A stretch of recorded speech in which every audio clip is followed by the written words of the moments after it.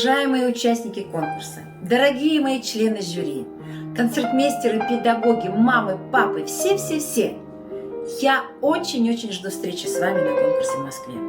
Я уверена в том, что мы обязательно откроем новые звездочки на вокальном небосклоне. И мы обязательно выберем лучшего из лучших. И наш гран-при обязательно найдет своего обладателя.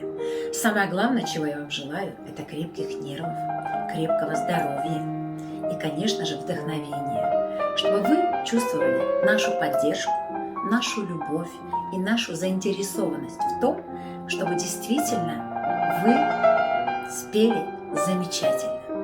Я желаю вам удачи. Не забывайте, что те, кто имеет голос, это люди поцелованные.